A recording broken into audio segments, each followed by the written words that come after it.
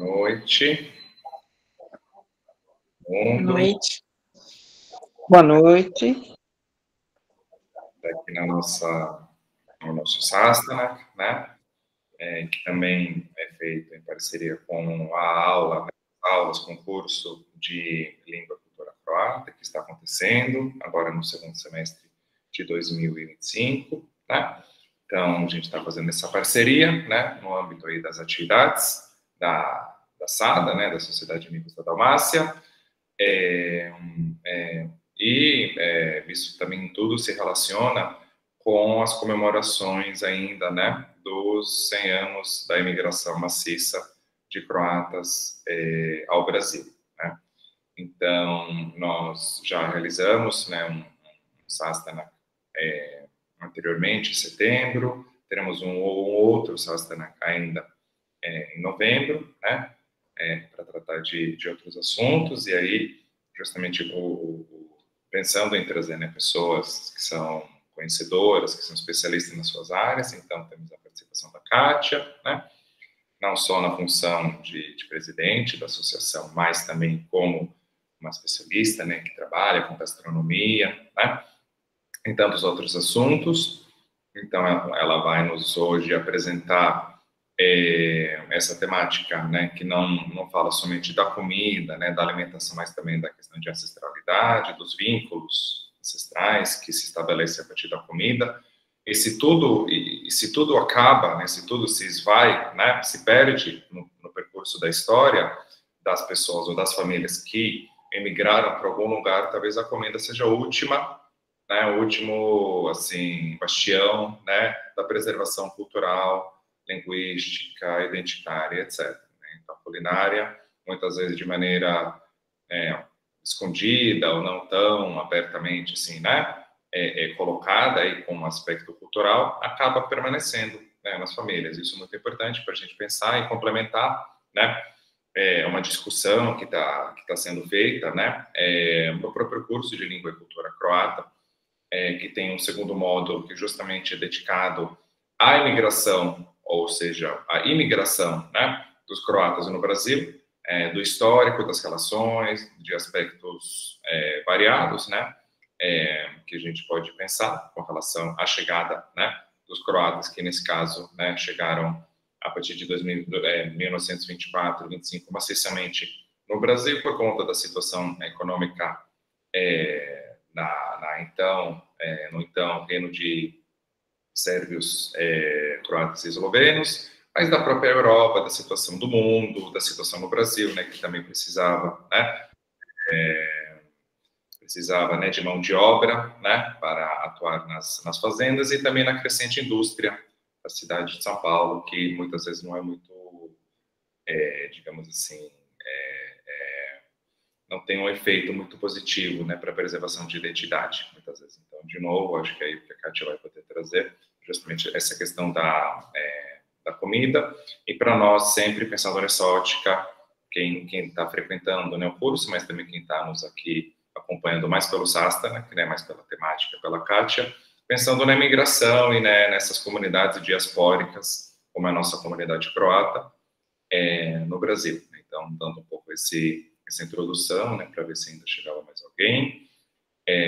Então, é isso, né, eu vou passar a palavra para a Kátia vai fazer uma apresentação, né, nessa temática, e depois a gente pode conversar a respeito disso. Também eu convoco aí os alunos, especialmente do curso, para que também façam perguntas, né, voltadas para essa temática, ou de modo geral, com relação à questão imigratória, né, porque a Kátia também conhece profundamente essa temática, inclusive voltou da Croácia, de uma viagem muito importante, de reconexão e restabelecimento, talvez, né, de vínculos mais consistentes, mais intensos, né, mais duradouros com um país de origem, né, que é, obviamente, aqui a Croácia ou as terras croatas, né, consideradas historicamente croatas. Então, é isso, gente. Vamos aproveitar aqui. Agora, muitas coisas serão repassadas, transmitidas, e todo mundo sairá com muita fome, isso já sabemos, né? Depois dessa temática, não tem como a gente não sair, né, com vontade de comer alguma das iguarias croatas. Então, Kátia, a palavra é sua. Obrigada, professor Milan. Obrigada, gente, pela presença de vocês. É exatamente isso. A gente hoje vai tratar de um tema que é uma delícia, obviamente, e realmente o pessoal vai sair daqui com bastante vontade de experimentar muitas coisas. E eu vou fazer de tudo para estimular vocês a fazerem essa pesquisa, né? Porque a comida é como o Milan falou, né? Ela atravessa os tempos. E dentro da situação, né, de como vieram esses imigrantes, né, que está completando 100 anos, né, dessa imigração, não só desses imigrantes, né, mas tantas histórias parecidas, algumas mais difíceis do que as outras, né, mas sempre essa questão da comida é uma forma de conexão com a pátria-mãe, que é mais do que a pátria-mãe, é com a própria mãe, né? A mãe, as avós, que transmitem esses conhecimentos de geração em geração, e esse conhecimento, muitas vezes, ele não se perde, né? Ele é transmitido, muitas vezes, de uma forma oral, e poucas vezes tem alguma anotação, né? Então, a gente vai discutir tudo isso dentro desse Sastanak aqui, e também falar um pouquinho dessa recém-viagem que eu fiz para a Croácia. Espero também nessa viagem ter reconectado muita coisa, inclusive para a nossa comunidade, né? Então, vamos lá. Vamos nessa jornada, para quem também, né, não me conhece, eu sou nutricionista de formação, sou produtora cultural, e trabalho muito essa questão da comida dentro da sociedade, né? Não só na sua função de saúde, de bem-estar e tudo mais, e mais principalmente nessa questão da sociedade, como é que nós nos relacionamos com a comida. Então, vamos lá. Deixa eu ver se eu... Então, o que vocês acham dessa proposta, né? Da comida como uma forma de linguagem, como uma forma de comunicação, né? A gente se comunica muito através da comida. Aliás, a primeira forma de comunicação do ser humano é através da comida. É a mãe que oferta o seio para a criança se alimentar, né? Então, nesse momento, a criança se conecta com a mãe. E aí já se estabelece uma linguagem. Então, desde aí, a gente pode, né, refletir a respeito dessa importância da comida como linguagem. E qual é a linguagem da comida, né? Se a gente for, assim, né, pegar por aspectos acadêmicos, uma linguagem, ela tem que ter um método, né? Ela tem que ter uma forma de passagem, né? Uma compreensão do que seja esta comida, né? Então, aqui a gente pode encontrar, né, se a gente for pensar nesses aspectos mais acadêmicos, a receita, né, como um método, como uma forma de preparar um alimento, né, com seus passos, com a sua forma de preparo, com a escolha dos ingredientes, né, isso já é uma linguagem. Aliás, eu comecei a me aprofundar mais na linguagem, né, da Croácia, no idioma croata, através das receitas, e ela é uma boa dica aí para os alunos, hein, do curso. Ela exprime toda uma questão cultural, local, né, então, a cultura, ela muitas vezes é expressa da forma de preparo, quais são os ingredientes presentes naquela região, né, como é que essas refeições são preparadas, né? Essas refeições, essas comidas, elas contam histórias muitas vezes, né? Por exemplo, a gente sabe da história da feijoada, né? Que também tem muitas questões aqui no Brasil que estão sendo descobertas hoje e vistas por uma outra ótica, né? A gente aprendeu que a feijoada eram preparadas, né, com feijão e restos de pedaços de animais, né, de porcos, assim, que eram servidos para os indivíduos que eram escravizados. E, na verdade, a gente vê que hoje em dia não é bem assim, né? É a inspiração, inclusive, de uma comida francesa. Então, é bom a gente pesquisar um pouquinho mais para a gente entender realmente como é que são as histórias que envolvem do hábito de comer, né? A comida, né, em si. Ela expressa valores, né? Então, a gente pode ter desde um banquete super refinado, né, para um chefe de Estado, e também aquela comida caseira que reúne a família nos finais de semana, né, que expressam o afeto, né, no preparo daquela comida, no encontro entre as pessoas, né, e promovem relações, né, as comidas, os preparos, né, as ceias. Então, realmente a comida pode ser considerada como uma linguagem, né? E atualmente a academia tem considerado essa questão comida como uma questão cultural muito importante, né? Digna de vários estudos a respeito. Agora eu vou pedir uma reflexão para vocês. Será que existe realmente uma comida típica que possa expressar toda a cultura de um país? Né? É exatamente isso, Cris. Cozinhar é um ato de amor, é um ato de diversos tipos de sentimentos, né? Algumas pessoas, inclusive, conseguem relaxar, né, amassando o pão. Amassar o pão é a coisa mais gostosa que tem. Então, se você está, né, com aquele pique mais estressado, você vai fazer um pão, relaxa. Então, às vezes, nem é um ato de tanto amor assim, mas realmente, para você fazer uma comida gostosa, que todo mundo aprecie, você precisa ter um sentimento bom ali, né, com aquelas pessoas para as quais você está preparando aquele alimento, né? Então, aqui eu questiono muito, porque a primeira coisa que perguntam para nós, descendentes de croata, fala a verdade. Qual é a comida típica da Croácia? E o que vocês respondem? Pode abrir o microfone, agora eu quero ouvir vocês. Acho que a primeira coisa é a sarna, né?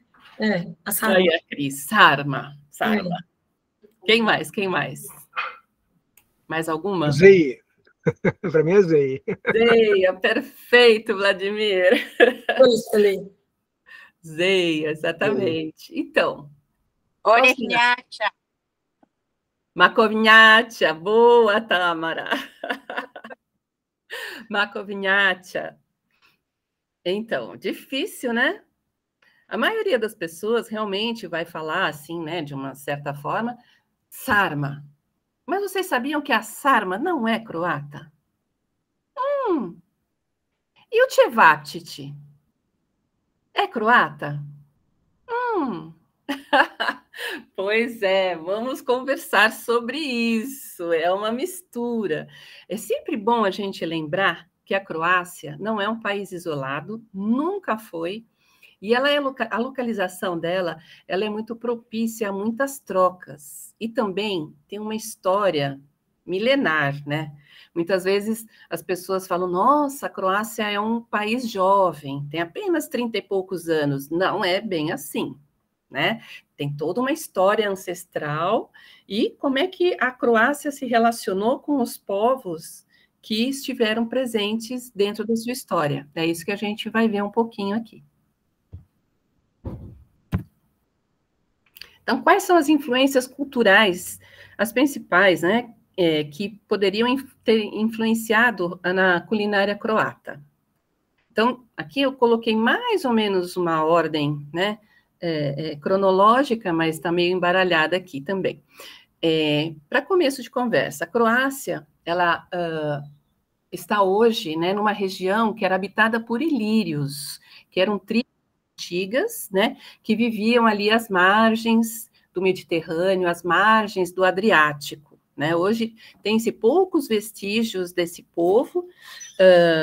Os albaneses, né, se dizem os herdeiros direto dos ilírios, mas a própria língua albanesa não tem mais vestígios desses povos, né? Mas, assim, a Croácia tem vários sítios arqueológicos que comprovam a presença desses povos. Gregos, né, a Grécia Antiga, né, ela esteve na toda aquela região do Adriático, do Mediterrâneo, e também influenciou o povo que ali morava. Romanos, nós temos imperadores romanos que eram croatas, né? O caso mais famoso é o Diocleciano, né, que tem o seu palácio magnífico na cidade de Split. Depois vieram os croatas, só depois, bem depois, vieram os croatas que são eslavos, né? Então, Então, nós compartilhamos muitas influências culturais com os outros povos eslavos, né? Como, por exemplo, os poloneses, os tchecos, eslovacos, eslovênios, russos. Então, tem muita proximidade da nossa culinária com a culinária dos povos eslavos. Temos influências otomanas também. Aí eu vou mostrar para vocês uma influência que até hoje, e aí a gente vai brincar um pouquinho com essa questão. Os germânicos, né, obviamente, por causa do Império Austro-Húngaro, e os húngaros. Então, isso é apenas a superfície, né, que eu estou apresentando aqui para vocês, mas só para vocês terem uma ideia de como é composta a questão da culinária, a questão cultural na culinária croata. Por exemplo, vocês sabiam que os croatas, né, têm um hábito delicioso, como o nosso brasileiro, né, que é tomar café. E, aliás, eu acho que um dos melhores cafés da Europa são na Croácia que a gente toma, porque a gente pode tomar um espresso, um macchiato, que também os italianos fazem muito bem, e o café tem um sabor muito gostoso, né? Então, essa hora do croata tomar café é uma hora sagrada. Aqui a nossa hora, né, da sexta-feira é tomar a nossa cervejinha, o nosso happy hour, né, sempre envolvendo uma bebida alcoólica. Já o croata, ele adora tomar café, fica horas batendo papo com seu amigo, com a sua amiga, e realmente o café é muito importante nesse momento. Existem bares na Croácia, e cafés, né, que a gente chama de kafiću, que servem só café, água, e as bebidas, né, que envolvem o café, e também alguma bebida alcoólica, não servem nenhuma comida para acompanhar, né? Então, como o hábito da bebida é muito importante para o croata. E também, outra forma de tomar o café, é o que também os croatas tomam e consomem bastante, é o café turco, né? Olha a influência otomana, nessa questão de tomar o café. Mas aqui eu já faço uma provocaçãozinha. Na Grécia, esse café chama-se café grego. Na Croácia, esse café chama café croata. Então, quem inventou o café turco, né, que a gente conhece aqui mais como café turco, né? É que nem o churrasquinho grego, que a gente consome aqui, que não é churrasco grego. A origem dele é otomana. Olha só como é que são essas questões culturais, né, que envolvem a comida. Vocês sabem como prepara o café turco? Ele é diferente, né, do café coado que a gente consome aqui. Ele é cozido praticamente na água, né? Você coloca a água para ferver. Quando a água ferver, você coloca o café, deixa ferver mais um pouquinho. Às vezes se coloca um pouquinho mais de água, às vezes já está pronto o café. E aí você espera o café decantar por uns 2 ou 3 minutos. Quando ele estiver bem decantado, aí você pode servir nas xícaras para beber o café. E algumas pessoas mais antigas, principalmente a de origem turca, fazem ainda a leitura do que sobra na xícara, né? A leitura da borra do café. Os croatas não fazem isso. Eles só apenas tomam esse café, que é o café croata típico. E outro hábito também, que eu acho que na nossa comunidade, principalmente as nossas avós tinham, né? Que é o hábito de sempre ter uma sopinha antes do prato principal. Verdade? Vocês concordam comigo? Acho que 100%, né? 100%. Muitas vezes, para nós, assim, a sopa é o quê? É o prato principal ou é uma entrada? Né? A gente fica, muitas vezes, né, a gente mesmo aqui no Brasil, a gente consome a sopa como um prato principal e está encerrado, principalmente se for uma sopa bem caudalosa, com bastante pedaços de legumes, carnes, como é a minestra, né, ou uma nestra, como algumas pessoas, né, dependendo da região da Croácia. E os caldos mais leves, assim, eles são mais, podem até ser consumidos antes de uma refeição. Mas para os croatas não importa, ou seja um caldo bem suave, ou seja um caldo mais pesado, sempre precedendo uma refeição. Isso é um hábito muito comum dos croatas. Vamos falar um pouquinho também de temperos e ingredientes. A Croácia, ela é um país pequeno, né? Mas ela tem uma riqueza de relevo, de clima, de norte a sul, que é bem importante. Então, no litoral, a gente tem muita presença de azeite, limão, manjericão, orégano, alecrim, sálvia, todos aqueles temperos verdes, né? Tomilho, azeitonas. Muitas vezes utilizam vinho para temperar carnes, né? Sal, pimenta do reino, aipo e dil. Já no norte e no centro, qual que é o tempero principal? A páprica, né, que torna os pratos mais quentes, mais apimentados, né, mais fortes. Então, louro, cebola, bastante alho, utilizam bastante a banha de porco, né? Então, aqui a gente já vê que não dá para unificar a Croácia se você considerar os temperos também, né? Mas tem uma coisa que une a Croácia de norte a sul, que é uma coisa chamada vegeta. Já ouviram falar do vegeta? Vegeta, ele é um tempero pronto, que na verdade são vegetais liofilizados, tá? Às vezes tem um pouquinho de glutamato monossódico, e às vezes tem já o vegeta que eles chamam de vegeta natural, que não tem esse glutamato, tem apenas o sal do Adriático, né? Que é um tempero que eles usam para tudo. Isso que é o segredo do sabor da comida croata. Chama-se vegeta. Na casa de cada croata, de todos, e não é só na Croácia, não, na região toda. Desde a Eslovênia até o sul, até a Grécia, assim, experimenta um pouquinho da vegeta, porque realmente é um tempero que faz traz um sabor um pouquinho a mais na comida. Mas são vegetais liofilizados, que são muito saborosos nessa forma e ajudam bastante no sabor da comida. E aí, vamos conhecer a Croácia agora, em todas as regiões, através da comida? Então, na Croácia Central, né, que envolve também Zagreb, né, a capital, a cozinha é mais refinada, né? Ela recebe influência de várias regiões também, e atualmente tem sido feita a reinterpretação da cozinha tradicional com toques de modernidade. Então, a gente pode ver os pratos apresentados de uma forma mais sofisticada, mas sempre com resgate da cozinha local, do histórico, né? Existem muitos restaurantes tradicionais na Croácia Central que servem carnes.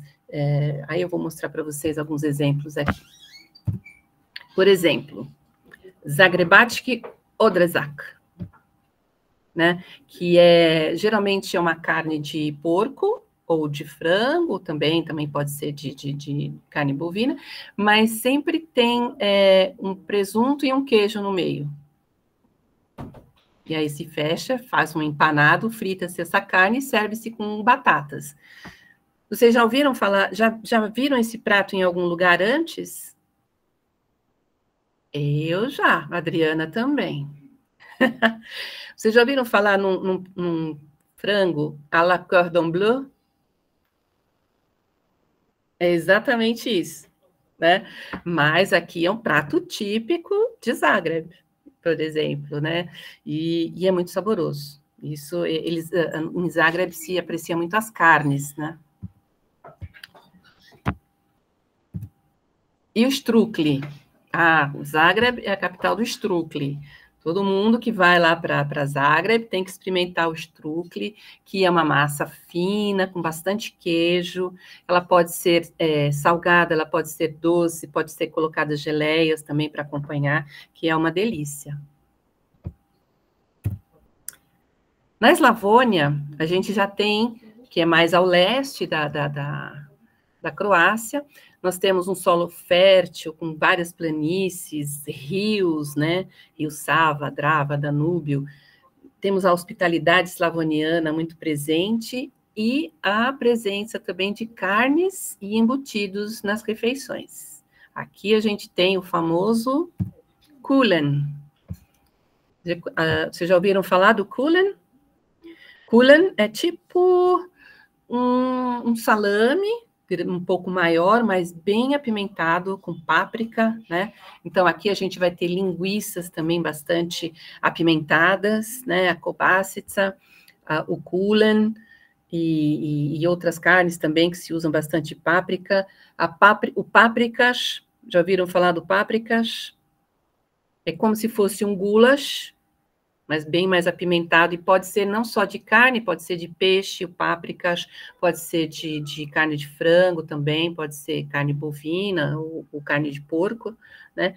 Que eles utilizam bastante aqui, ó, pápricas. Mila, se eu estiver falando alguma coisa errada, você me corrija, tá? Por enquanto tá tudo ok? Então tá bom. E vocês também, viu? Se vocês quiserem participar mais, corrigir, levanta a mão aí que a gente conversa. Além do kulen, nós temos bastante carne de caça também, né? Então, é comum a carne de veado, carne de fazão, né? Nessa região, porque realmente são animais muito presentes ali, e eles fazem javali, carne de javali, mas não só na região da Eslavônia, tem outras regiões também, mas nessa região da Eslavônia é muito mais consumido, tá? E o famoso kolač. A Tamara aqui já falou, né? Da makovnjača, orehunjača, então, e que muitas das nossas famílias que migraram da Croácia preparavam aqui com outros ingredientes. O makovnjača, por exemplo, é com sementes de papoula. Aqui no Brasil, além de ser muito caro, é muito raro você encontrar semente de papoula, né? Então, e também nozes, né? Esse outro pãozinho é também feito de nozes. E aí, o que os imigrantes faziam? Substituíam com o quê? Muito comum na Hungria, exatamente. Ixi, exatamente, Cris, com amendoim. Esse doce, ele é comum na região, em todos os países eslavos, praticamente, tá? Ele não é só um prato típico croata, mas é uma comida de afeto que a gente lembra, muitas de vocês devem lembrar das babas que faziam isso, né? Então, quando você fala, qual que é o doce típico da Croácia? Ah, é o kolač. E o kolač, na verdade, eu pesquisei na comunidade como é que chama esse doce, porque é makovnjača. Mas é um nome um pouco difícil de falar, aquele com semente de papoula, né? Então, o que as babas trouxeram? O kolač. O que é o kolač? Kolač é um bolo, é um doce, é tudo que for doce, né? Então, não é só esse formato que tem o kolač, tem vários formatos. Então, as babas chamavam qualquer doce que elas preparavam de kolač ou kolač. Na Lika, nós temos uma região também que tem um clima de montanha, que é uma região dos Lagos Plitvice. Quem conhece os Lagos Plitvice? Ah, que é uma delícia, lá fresquinho, né? Clima de montanha, onde tem a presença de peixes, principalmente trutas. A truta da Lika, maravilhosa. Quem já comeu assim com amêndoas, né? E também as batatas da Lika, são muito famosas, tem até um tipo de batata que recebe um selo de produto, né, originário da Lika, queijos, carnes, bebidas fortes e cervejas. Dizem que essa água é uma das águas mais puras do mundo, né, bem própria para fazer boas cervejas. Aqui, qual que é também um prato típico, né, da Lika, além dos peixes, cordeiros assados, né? A nhaentina, que recentemente a Sada fez uma homenagem aí à Lika, né? Fazendo o cordeiro assado, que também cordeiro assado, cordeiro, porco assado, porco no rolete também, né? É uma carne bastante dessa forma, bastante consumida lá. Tem o lichki lonac, que é basicamente é muito parecida com a sarma, mas é uma sarma desconstruída, né? Que são pedaços de embutidos, né? Linguiça, carne seca, bacon, né? E o repolho azedo e batata. Só não tem a carne moída, não tem o charutinho, mas é tudo preparado junto, que é uma delícia também isso aqui. E como eu falei para vocês, né? Ops, aqui está escrito errado, é lichki krumpir. né? É original, também é um produto original da Lica, as batatas, e tem até um selo de produto, né, cultivado na região. Isso é muito importante através, né, quando você adquire uma certa importância, porque isso confere ao produto a qualidade, né? Isso é muito importante também. Na Istria, né, a gente tem uma cultura, a gente já vai começar a se aproximar mais do litoral, tem uma cultura mais mediterrânea, com vinhos, azeites, trufas, né? A gente vem aqui no Brasil, a gente conhece muito os italianos relacionados ao cultivo das trufas, né? A coleta das trufas, mas os istrianos também têm trufas de excelente qualidade e a gente precisa conhecer mais esse produto aqui no Brasil. É também conhecida uma região de alta gastronomia, justamente por causa da qualidade desses produtos, e também é uma região muito propícia para se fazer agroturismo, enoturismo, né? A capital Pula, ela reúne a vida cultural da Istria, mas ao entorno de Pula, em toda a Istria, você vê uma vida voltada para a agricultura e para a enocultura, muito importante, né? E a gastronomia nessa região é fabulosa. Posso atestar aqui com selo de qualidade. Vejam, né, as trufas, as pastas, né, ai, meu Deus. Hoje eu estou, assim, meio emocionada, porque eu estou acabando de voltar de lá, então ainda estou... Pliucanti. É o macarrão típico também da região da Istria. Esse macarrão, ele é feito com uma massa e ele é enroladinho, assim, até ele formar tem um formatinho, assim, bem cilíndrico, e aí você pode fazer molhos de diversos tipos. Você pode colocar trufas, inclusive, pode fazer molhos com carne, com cogumelos, também é uma região muito rica em cogumelos, e esse macarrão é uma delícia. E esse macarrão, apesar de estar aqui como uma comida típica da Istria, ele também é feito em quase todo o litoral da Croácia também, até a Dalmácia. É muito fácil de fazer esse macarrãozinho. E a zupa istriana, né, que também ela é bem, né, famosa em várias canções, inclusive, ela reúne produtos, né, que são assim a alma da Istria, né, que é o vinho, o azeite, pão e temperos, né? É como se fosse o nosso vinho quente, né? Só que com temperos assim bem elaborados, né? Com ervas e tudo mais, e se coloca pão, bastante pão para embebedar essa sopa. E aí é uma delícia. Aí você sai bem alimentado para a alma, para o corpo, para o espírito, né? Por causa do sabor, que é muito gostoso. E aí a gente, dependendo da quantidade das canecas, a gente pode, né, viajar aqui.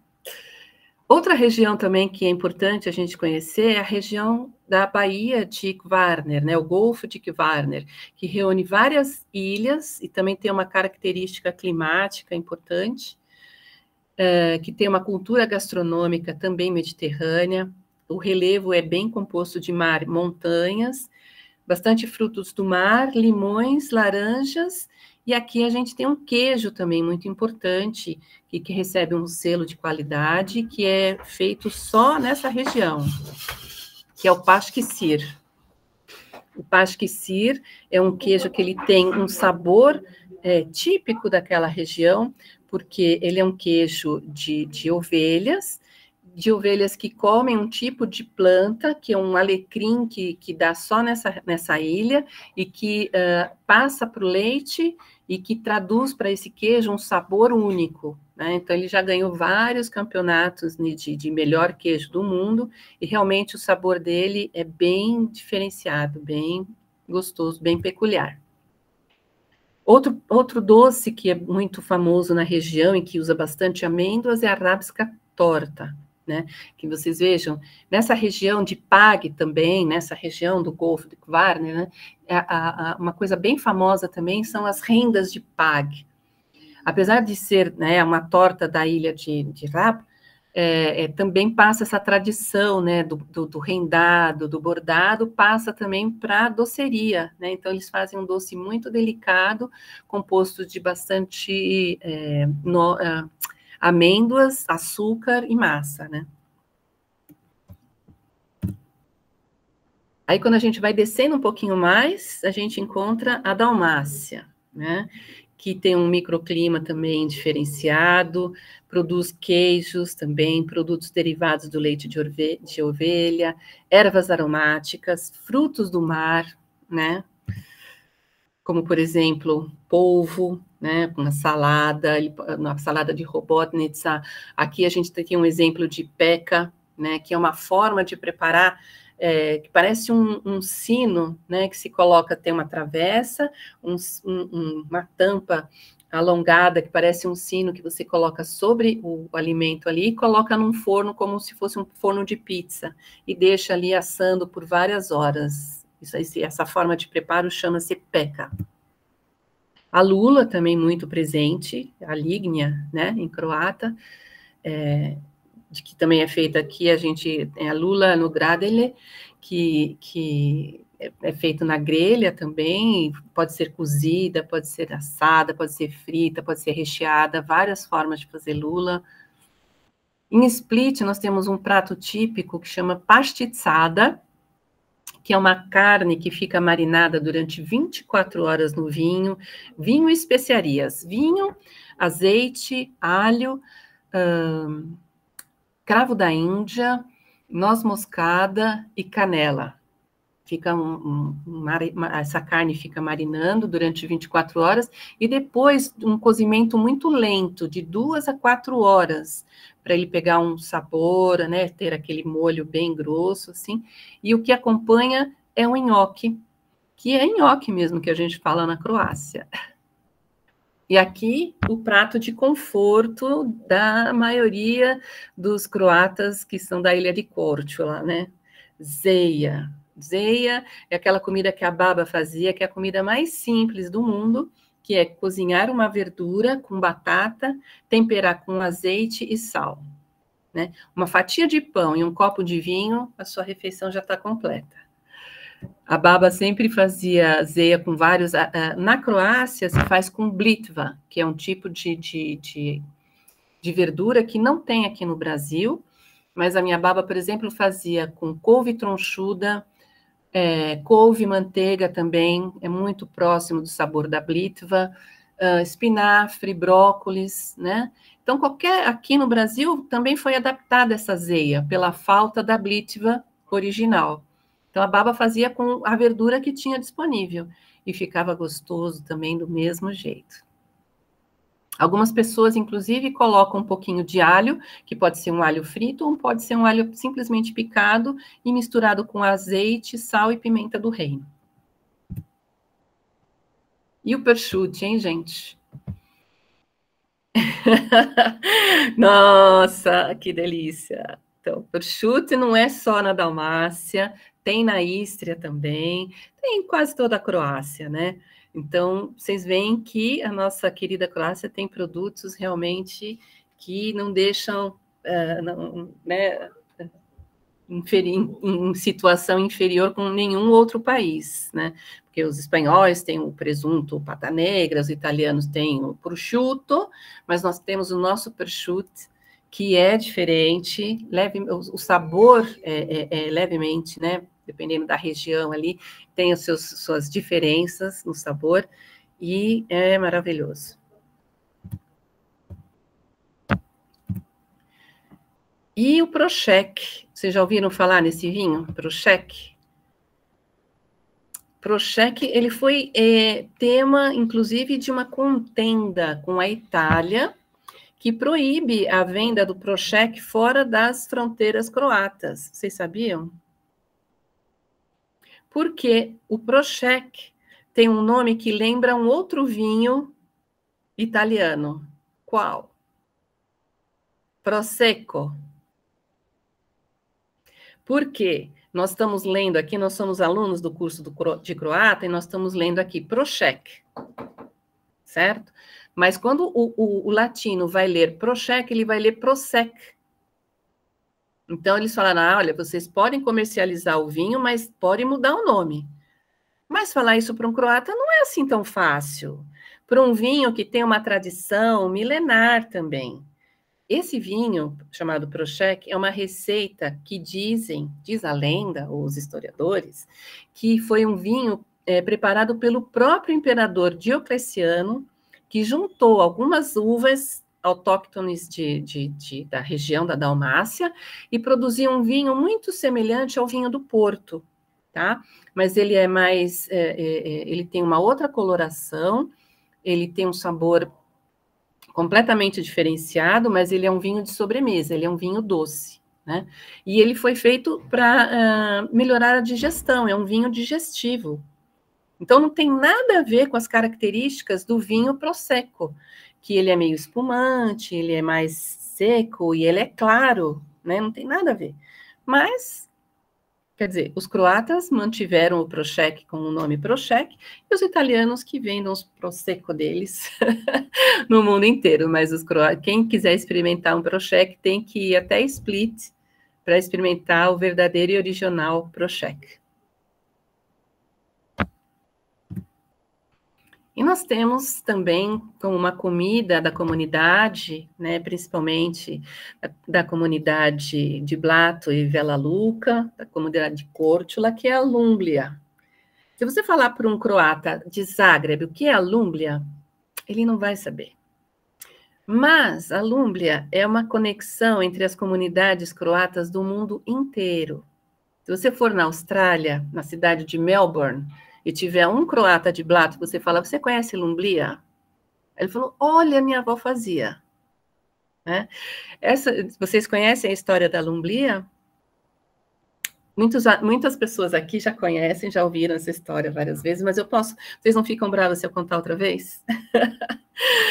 Então, é o seguinte, a lumblia, essa é o maior exemplo, né, do contato de outras culturas com a cultura original do local. Ela tem uma história de amor envolvida. Não sei se vocês conseguem ver na tela de vocês, mas tem ali um soldado e uma camponesa. Então, há mais de 200 anos, Napoleão chegou até a costa croata da Dalmácia, né? Então, com seus exércitos, na época, né, da sua expansão napoleônica, não que o Napoleão tivesse dominado a região, mas é que a Croácia sempre teve muito boas relações com a França. Então, inclusive, a gravata que os franceses adoram usar e chamam de cravate tem a ver com essa história dos croatas. Existia um destacamento no exército de Napoleão só de croatas. E como é que eles se diferenciavam dos franceses? Pelo lenço vermelho. Se vocês forem na cidade de Zagreb, vocês vão ver o soldado croata, ele vai ter sempre aquele lenço vermelho. Então, esse lenço vermelho inspirou os franceses a fazerem as gravatas. Mas a nossa história aqui não tem a ver com as gravatas, ela tem a ver com um soldado francês que era padeiro. E aí, quando ele esteve na ilha de Korčula, na cidade de Blato, ele se apaixonou por uma camponesa. Exatamente, Tereza, tem um dia especial para comemorar o dia da gravata, que foi recentemente, se não me engano, 18 de outubro, alguma coisa assim, por aí. E a lumblia também tem o seu dia, que eu vou falar para vocês quando é.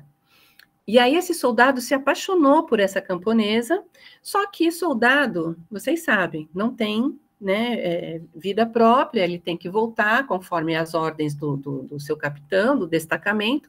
Então ele se apaixonou, viveu um romance com essa camponesa de Blato, e ele teve que voltar para a França.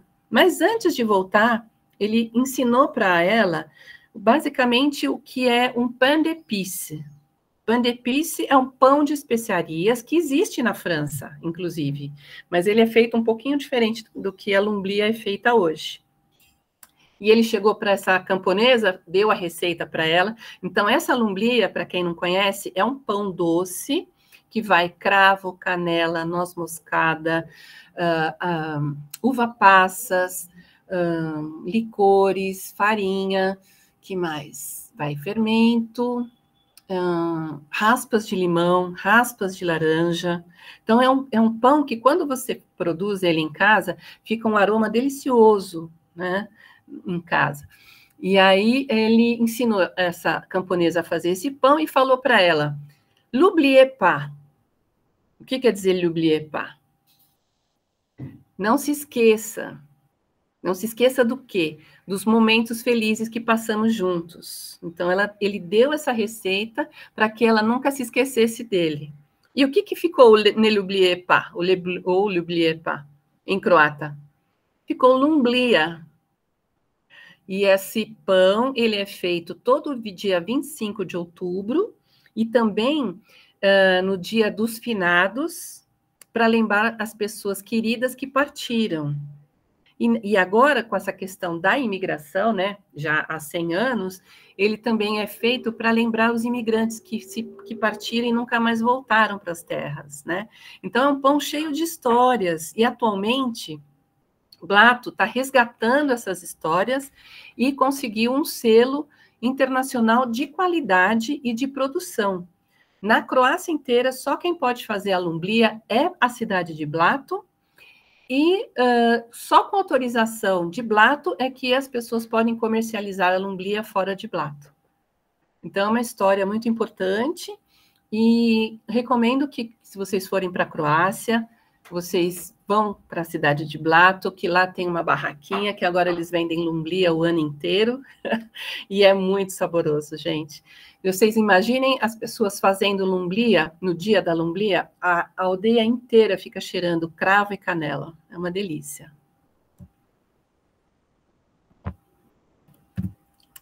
E aqui, a minha avó, né, o meu livro, ele foi inspirado justamente por essas receitas, né, das comidas de afeto, das comidas das babas, que a gente sempre se reunia, né, nas nossas comunidades, né, principalmente na assada, e aí a gente lembrava, como é que é a capuchurata da baba? Quem é que tem a receita da crostoli que a baba fazia? E da lumblia? Essas receitas, elas foram se perdendo com o tempo, né, porque elas passavam de geração para geração de uma forma oral. E como é que as babas faziam puchurata? Quem é que lembra? Quem é que era pequenininha e ficava do lado da baba perguntando assim, baba, quanto vai de farinha? Ah, vai um punhado, até dar o ponto. Baba, mas o que é o ponto? Ah, o ponto é quando fica assim, ó. Mas como é que é esse ó?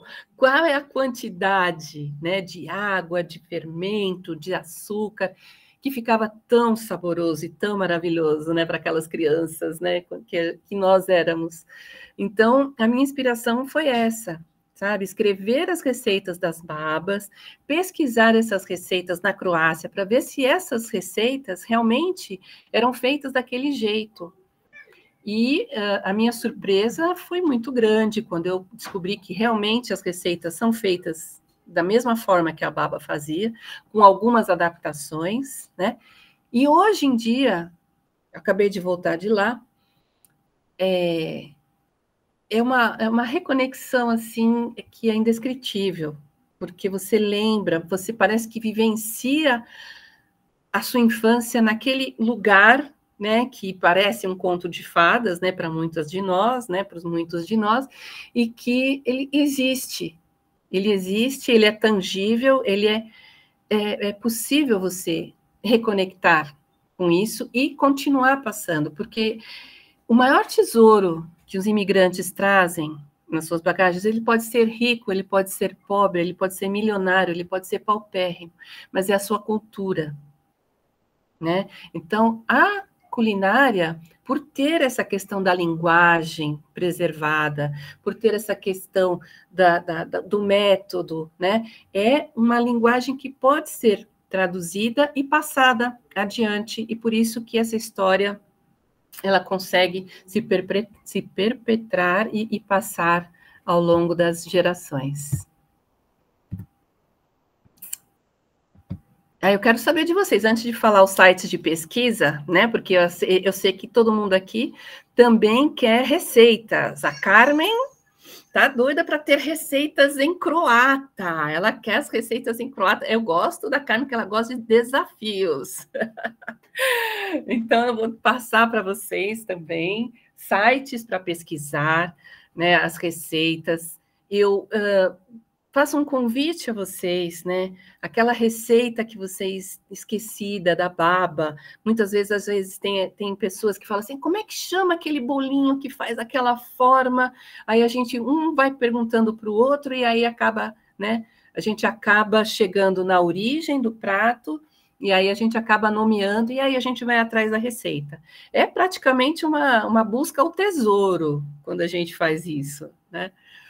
Então, eu convido vocês a buscarem essa comida de avó, a comida, né, de ancestral, assim, para vocês se reconectarem com a pátria de origem, né? Porque quando a gente entende de onde a gente veio, a gente começa a entender quem somos, né? Muitas coisas que a gente, às vezes, não entende o nosso comportamento, como é, quando você se reconecta com as raízes, você começa tudo a fazer sentido. E aí, como você projeta isso para o futuro, tem muito a ver com o passado. Né? Então, é um caminho, é um processo individual de cada um. Eu acho que as associações croatas têm um papel importante nessa união, nessa conexão, né? Nós estamos aqui pela Sociedade Amigos da Dalmácia, né? Mas as sociedades, né, a Croácia Sacra Paulistana, as novas associações que estão se formando, é justamente para isso, para conectar pessoas que têm uma origem em comum, que têm um objetivo em comum, e que fundaram as associações mais antigas baseadas nessa vontade de estar junto e de compartilhar. Então, os sites atualmente, né, para pesquisa, olha aqui, esse daqui é um dos melhores, Culinárica. Ele tem as refeições ali, você pode procurar por refeição, você pode procurar por receita, você põe o nome ali do prato que você quer, tem comentários, então dá para aprender muito croata através da pesquisa culinária. Olha aí, para quem gosta, prato cheíssimo. Depois eu posso passar para vocês, tá? Na comunidade, ali no WhatsApp, ou por e-mail, se vocês quiserem também. Se vocês tiverem alguma dúvida com relação ao que nós falamos aqui, por favor, fiquem à vontade de perguntar depois da apresentação também. Também Dobartek, né? Que aliás, se você colocar Dobartek, aparece muita coisa, porque o que significa Dobartek em croata? Bom apetite. Quando você quer desejar que uma pessoa tenha uma boa refeição, você fala para ela Dobartek. Antes de você começar uma refeição, você fala Dobartek. Então, aqui também é um site que tem várias receitas, tem também por refeição, por receita, nome da receita, nome do prato, nome do ingrediente, muitas vezes. Se você quiser colocar lá uma receita com polvo, é só você escrever Robotnica, vai aparecer várias receitas com polvo. Tá?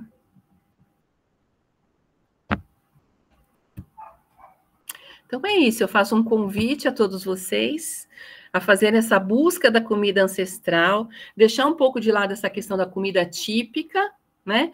Porque a comida típica, ela é um mito, ela realmente não existe. A comida típica é aquela que é feita com amor, que faz você se conectar de alguma forma, né, com o país. Então, isso tem muito a ver mais com uma questão individual, regional, cultural, do que um prato que represente um país inteiro, né? Tem muito mais valor. E aqui eu deixo uma foto da minha ilha preferida, a nossa ilha de Korčula, e agradecendo a presença e a participação de todos vocês. Vocês querem falar alguma coisa, perguntar alguma coisa? O que vocês acharam? Vladimir. Oi, Kátia. Oi, pessoal. Olha, que incrível, porque... Oi, Pauline, minha prima. Olha, conforme a Kátia ia falando, eu lembrava, começou com a tia Rosa, a tia-avó da Pauline, né? Irmã da tia Emília, que é a avó da Pauline.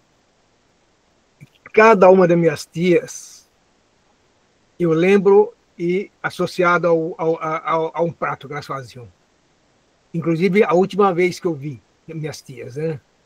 Estava relacionado com alguma refeição. A tia Rosa, inclusive, eu até filmei. Eu vou achar esse filme, porque eu tenho muitos, eu vou achar esse filme dessa última vez que eu a vi, né? Que eu visitei, inclusive, com meus filhos. Tudo na Tobias Barreto. Falei, Tobias Barreto. E a tia Rosa fez um café turco. Me lembro muito bem ela fazendo ali, né? A tia Vicenta, a tia Emília, tia Bucossava, né, Sabenca. E todas, quando a gente lembra, eu lembro com elas fazendo algum prato. Assim, muito típico de cada uma delas, né? Nem sempre era, nesse caso, nem sempre era um típico croata. Da minha avó, sim, Zé, lembro até hoje.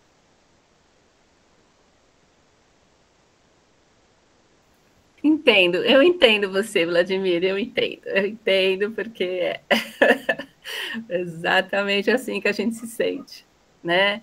Essa conexão é muito forte para nós e, assim, o Gabriel, por exemplo, adora a zeia. Quando ele chegou na Croácia e viu que a zeia estava presente em quase todas as refeições ali, principalmente na Istria e na Dalmácia, e falou, uou, estou em casa. Olha só como é gostoso você se sentir em casa 9.000 quilômetros distante, né? É uma coisa muito interessante. E a minha avó fez, a zeia era o que lembrava, né? E outras, né? Mas fez zeia principalmente. E ela pôs vinho na zeia. Coisa que me parece que eram os homens que faziam, mas eu já não tinha mais o meu avô. Sim, exatamente. Os homens colocavam vinho e bebiam. O azeite que ficava da zeia, colocavam o vinho e bebiam. A Adriana levantou a mão e depois a Pauline. Pode ser nessa ordem? Pode ser. Nossa, que delícia de encontro. Amei. Quanta coisa, assim, gostosa para fazer. E, nossa, vendo essa foto de Córtula, um sonho também. Eu quero muito ir para lá. E lembrei, sim, da minha baba fazendo lula. Sabe, o jeito como ela cortava, fazia, lembrei bastante disso. E, é uma viagem no tempo mesmo. Foi uma delícia essa horinha aí com você, viu? Amei. Obrigada. Obrigada. Pauline. O Ivan comentou sobre a questão das bebidas, né, na comida. A tia Jo usa pinga até hoje que a gente chama de restoli, né, crestoli, né? Ela usa pinga até hoje na receita dela para fazer. Sim. O crostoli é crostoli ou hörstoli. Hörstoli vai pinga, quer dizer, vai ráquia, né? Originalmente é ráquia, mas aqui vai a cachaça. Porque é uma bebida forte que ajuda a massa a ficar daquele jeito crocante, né? E eu visitei a Croácia há pouco tempo, pela primeira vez, né? Em junho e julho. E uma coisa que me impressionou muito lá é como as pessoas têm o hábito de ter uma horta em casa, principalmente na região da Dalmácia, na Córtula também. Praticamente todas as casas, mesmo que seja na parte de cima de onde guardam os carros, tem algum tipo, ou de uva, ou de fruta, que na casa tem algum tipo de produção de frutas ou verduras.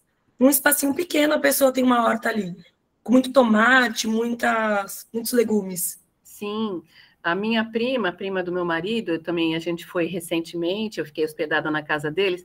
Gente, vocês já imaginaram ter uma melancia no jardim? Melancia no jardim?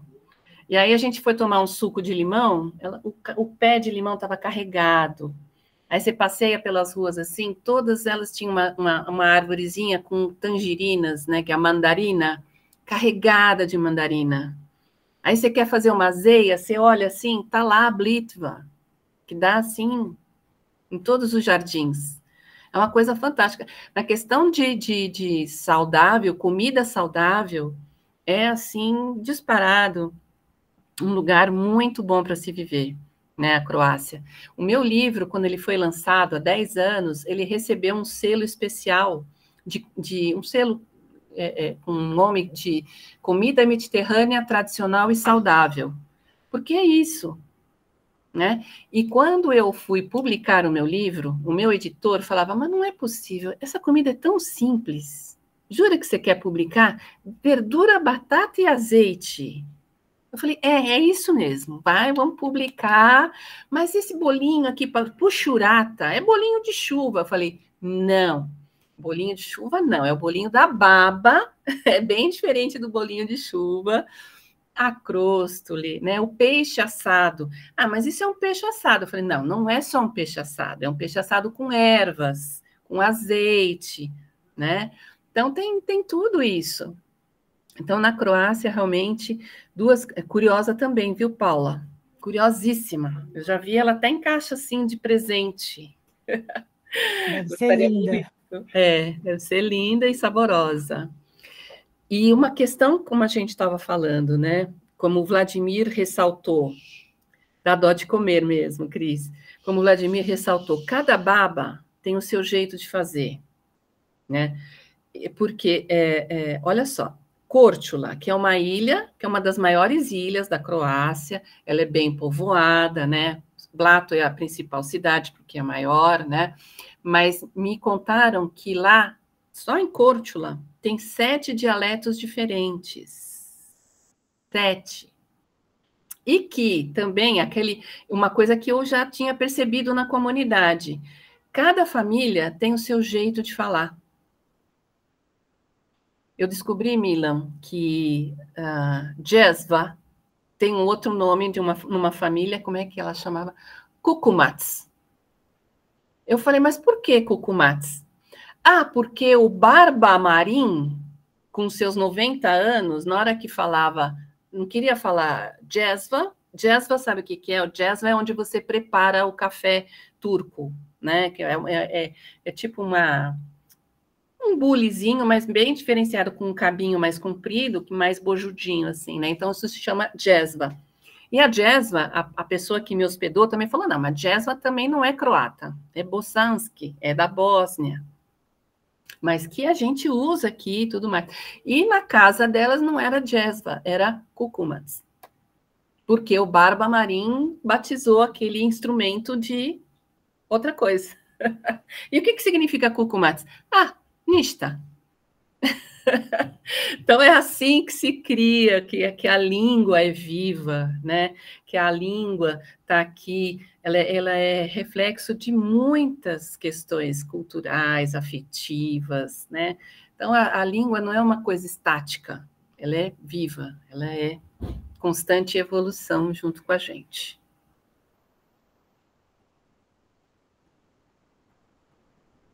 Vladimir, só abre o microfone, abre o microfone. Eu também tive um Barba Marim. Ah, quem não? Quem não? Quem não? Tinha uma sereia azul tatuada no braço. Sim. Marim, Anton, Petar, Ivan, Nicola. Era o mais velho de todos, era casado com a tia Vicenta. Vitsa. Uhum. Vitsa. Vitsa, como é que é cunhado em croata? Eu não lembro. Bom, na ilha, cunhado, né, assim, mais ou menos, na ilha é kume. Porque as tias falavam muito cunhamarim, assim, alguma coisa nessa pronúncia, cunhamarim. Kume, né? Kume, marim, cunhada, cunhado, cunhó, cunhó. Mas aí é bem diferente. Talvez, então, esses dialetos aí, que eu me lembro, é cunhamarim, o cunhado marim, né? esse nome, essa expressão me ficou. Ou compadre, né? Que é compadre, assim, tipo, né? É cume também. Olha aí. Nada, tem muitas.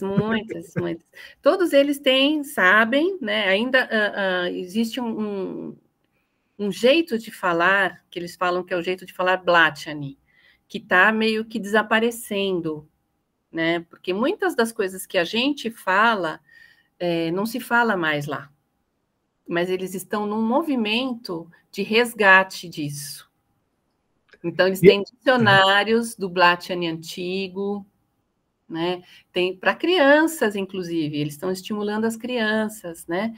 Porque o croata padrão, eles aprendem na escola e tudo mais, mas nas casas se fala essa linguagem que eu chamo de uma linguagem afetiva, né? Acho que minha mãe viveu essa questão, porque era assim, ela foi lá, isso mais ou menos a primeira vez que ela foi, e ela falava como se alguém chegasse e falasse um português de 100 anos atrás. Mas é isso. Voz me ser. Então foi assim, curioso, né? Isso é um fenômeno que acontece em várias comunidades, Vladimir. Alemães também, russos, poloneses, tal, mas principalmente alemães. A gente tem até descrição disso, né? Eu já vi até alguns casos próximos, assim, de pessoas do sul do Brasil que falam alemão, por exemplo, Pomerode, né? Que quando eles vão para a Alemanha, ninguém entende o que eles falam. Puxa. Porque é um outro alemão. Eles estão aqui no Brasil há 200 anos. A Érica também, na família, tem casos assim. A minha sogra, quando esteve lá em 85, eu acho, ela esteve em Blato, quando o padre ouviu ela falar, ela falou, ele começou a conversar com ela, um padre mais jovem que ela, né? E ela falou, mas isso que a senhora está falando é uma raridade, porque é o idioma Blatchani de 100 anos atrás, praticamente. E aí eles começaram a conversar, e ele perguntava as palavras para ela, e ela dizia, tal. Foi muito curioso, porque a gente fica isolado. Isso que a gente tem que fazer também uma reflexão, né? E eu acho que as pesquisas atuais que a gente está desenvolvendo de reconexão com a Croácia tem muita importância, né? Porque cada um de nós temos as histórias individuais das nossas famílias, mas a gente perde um pouco a noção do todo, da história real, né? E eu acho que a presença de pessoas como o professor Milan, que trazem a história croata, né, como ela é, não como as nossas famílias passaram para a gente, né? Mas a história realmente como foi, o que as nossas famílias passaram para a gente é a história individual delas, que são muito importantes, mas a gente precisa ter a noção do todo. Então, essa reconexão é muito importante. Aprender a falar croata, aprender, né, como é que o croata de hoje está vivendo lá na Croácia. De repente, puxa, eu quero voltar para a Croácia. É um desejo que deve ter muitas pessoas, né, de se reconectar, inclusive voltando, morando lá, desenvolvendo projetos na Croácia. Mas é importante que a gente saiba quem é o croata hoje, o que é a Croácia hoje, né? E a gente indo lá, conhecendo, né, as pessoas vão a turismo, a passeio e tal, a gente percebe que tem muito de nós que está naquela Croácia. Então, é possível viver na Croácia, é possível retornar, basta ter o desejo, basta se reconectar, né? Então, eu acho que é por aí. Existe muita coisa nossa na Croácia de hoje, e também a Croácia de hoje tem muito a ganhar com a nossa experiência também. Então, é uma troca. Então, eu fui lá, eu visitei várias instituições, associações em Blato, e também a Matica, que é uma revista, que é uma instituição já de 70 anos, que apoia os imigrantes fora da Croácia, né? Todos os imigrantes, em todos os países. Na SADA, a gente tem exemplares da Matica, talvez desde os primeiros exemplares. que é uma revista que conecta todos os croatas do mundo. Ela é escrita em croata, obviamente, mas tem isso, Cristo. A gente, né? A gente sempre tem. Tenho vários novos para levar. Maravilha, maravilha. A gente recebe, o Fábio recebe, basta fazer uma assinatura com eles lá e eles mandam para você. Então, eles contam como é que estão as comunidades espalhadas pela Croácia, né, pelo mundo, aliás, mas também contam algumas atualidades da Croácia também. Por exemplo, recentemente teve a Operação Oluja, né, que completou 30 anos, eles fizeram uma reportagem, que é aquela operação importante né, do território croata com relação à independência, né? Então, eles também têm essa missão importante de informar os croatas espalhados pelo mundo, que nós, descendentes, somos considerados croatas, né? Vocês sabem disso também. E não só falar sobre, informar sobre para esses imigrantes, né? Como está a Croácia atualmente, mas também trocar informações entre as comunidades. Muitas matérias, né, das atividades que a gente faz na SADA já foram publicadas na Matica também. E ano que vem eu acho que a gente vai fazer projetos importantes juntamente. Como se consegue essa revista? Cris, passa essa informação lá depois, lá no comunidade. Oi, Carmen. Eu te passo no privado informações, mas eu pego aqui o contato deles na contracapa e mando para você, inclusive com o preço. Isso. Até pouco tempo atrás era $100, mas a última vez que eu... Tá, gente? Aí quem tiver interesse... Mas sempre eu recebo, aí eu leio e levo lá para a sociedade. Agora eu tenho várias aqui para levar. Maravilha. Fala. Maravilha. Eu acho que é isso. Milan, você gostaria de complementar? Gostaria de agradecer a presença de todo mundo. Foi bastante, acho que foi uma troca muito legal, né, nesse momento bem da comunidade. E eu agradeço muito a presença de vocês, as trocas. E até o próximo. Quando vai ser o próximo Sastanak, Milan? O próximo Sastanak, acho que também você pode baixar aí a apresentação.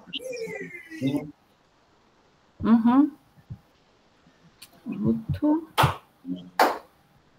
O Sastanak é dia 11 de novembro. 11 de novembro? Já? Uau! Não, desculpa, 18 de novembro. 18 de novembro. Gente, eu não acredito que a gente vai, né, ter o Halloween e daqui a pouco é Natal, né? E aí, como é que estão os preparativos? Vão fazer ceias típicas croatas? Eu que agradeço, gente. Obrigada mesmo pela atenção e vamos nos manter conectados e trocando essas informações, tá bom? Obrigado. Até a próxima. Até a próxima. Laco noite para vocês. Laco noite. Laco noite. Boa noite. Laco noite.